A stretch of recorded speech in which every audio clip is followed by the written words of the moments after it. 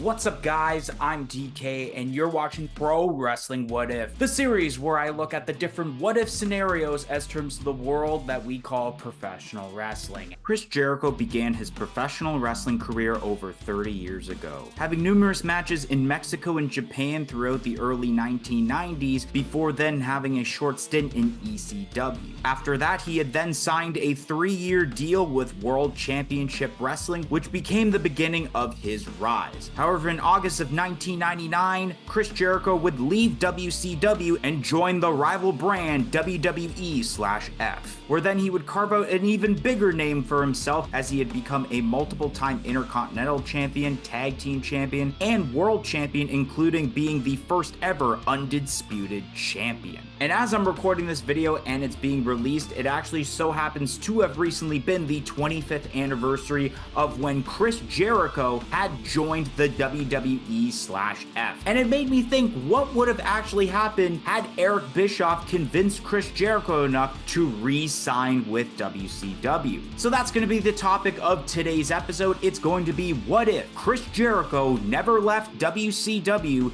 in 1999? And with this episode, it will be based off of the 5 big points that I think will happen if Chris Jericho never came to WWE/F in 1999. I keep saying WWE/F because I know a lot of you guys in our Ultimate Warrior episode kept complaining of the fact that I didn't say WWF. When I started watching professional wrestling, WWF only existed for 2 months, so it's just not natural for me to say WWF, while it is natural for me to say WWE. So for the duration, I will say WWE/F, knowing that it was WWF at that time. And if you end up enjoying this video, don't forget to hit that like button, share this to all your friends, subscribe, and press the notification bell for when future episodes get released, and leave a comment down below about today's topic or suggesting a future topic for an episode of Pro Wrestling What If. Point number 1, Chris Jericho doesn't become the world champion in WCW. Now, if you followed Chris Jericho's career in WCW, he was mostly in either the cruiserweight or television title picture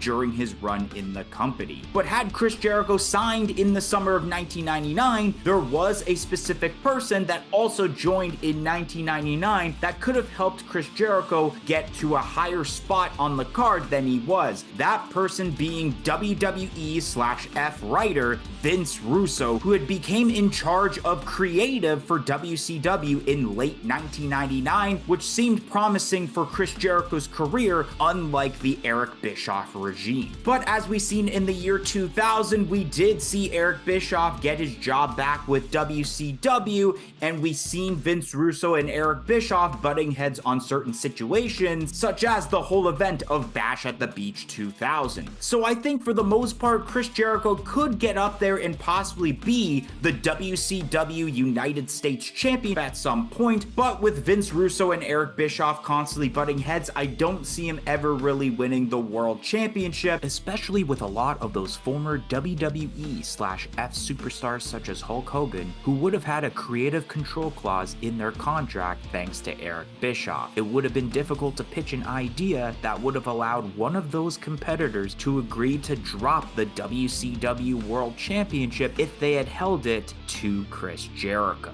But I do see a scenario where most likely at some point in the 2000s, either once or multiple times, he could have pay-per-view matches with Booker T for the WCW Championship, but would never end up winning the championship. Point number 2, Chris Jericho's band Fozzy might not even exist. Fozzy was formed in 1999, where Chris Jericho wasn't planning on being a permanent member of the band until changing his mind at some point in 2000. Now, although he managed to balance a wrestling and band lifestyle while working the rigorous WWE/F schedule, there is a chance that Fozzy wouldn't be as big of a band as they are due to Chris Jericho's name not being as big in WCW as it was when he worked under Vince McMahon. Now, as terms to the success of Fozzy, there could be a delay in it, considering that, of course, Chris Jericho would be in WCW right around the time that the band formed instead of WWE/F, and and therefore anything that they have done could probably be delayed, especially that first full-on album of original songs released in 2005, including songs such as Enemy. So either that happens or Fozzy never really gets off the ground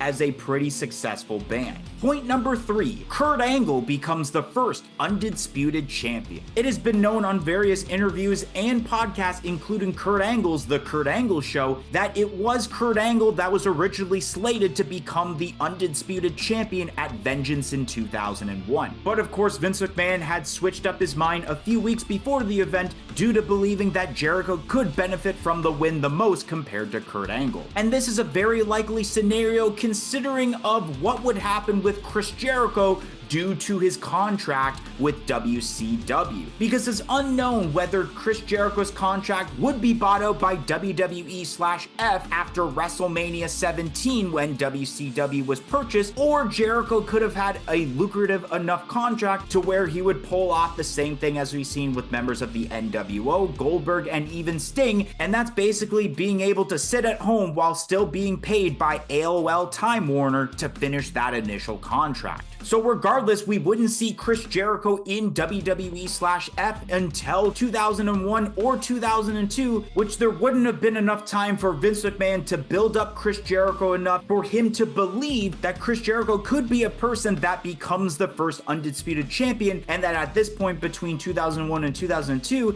is when we would see those initial Intercontinental Championship reigns, so he'd most likely be stuck in the mid-card and prove his way in the WWE/F roster instead of being known as just another WCW guy. Point number 4. The Miz would have the most reigns as Intercontinental Champion. Chris Jericho, as of the recording of this video, has the most reigns as Intercontinental Champion with 9. And 4 out of 9 of those title reigns had occurred from 1999 to 2001. So with Chris Jericho coming to WWE/F in either 2001 or 2002, he would realistically only have 5 reigns as champion. And it's likely for The Miz to still accomplish the current 8 reigns he has accomplished as Intercontinental Champion, since all of those reigns had happened either when Chris Jericho was on tour with Fozzy or was already occupied with some sort of storyline, such as the Chris Jericho Dolph Ziggler storyline, which occurred right around the time when Miz first won the Intercontinental Championship at Raw 1000 in 2012. Speaking of Dolph Ziggler, the storyline he had with The Miz over the Intercontinental Championship in 2016 on the SmackDown brand had happened around the same time that Chris Jericho would have formed his alliance with Kevin Owens on the Raw brand that began one of the most entertaining storylines of the 2010s, furthering the point I'm getting across even more. So it is very likely for The Miz to become an 8-time champion and become the official longest reigning champion due to Chris Jericho's first half of his reigns that he accomplished during the Attitude Era being non-existent had he stayed with WCW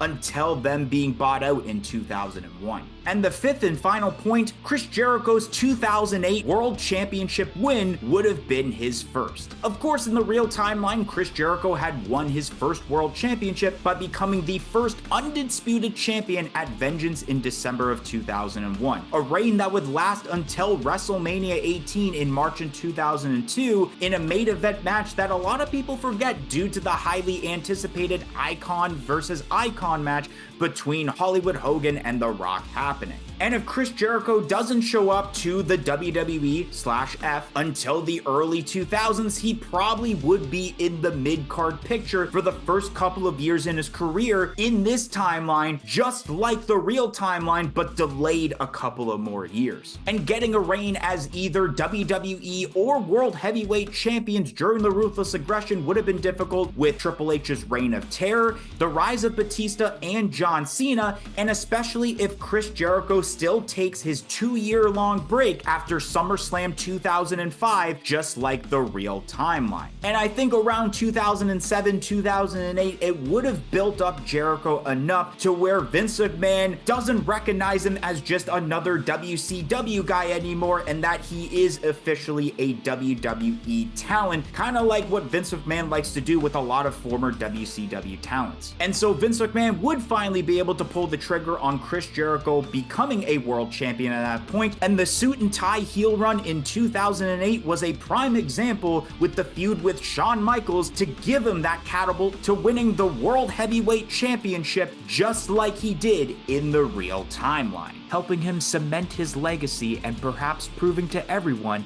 that he's the best in the world at everything that he does, even if that means he's gotta punch Shawn Michaels' wife square in the face to do so.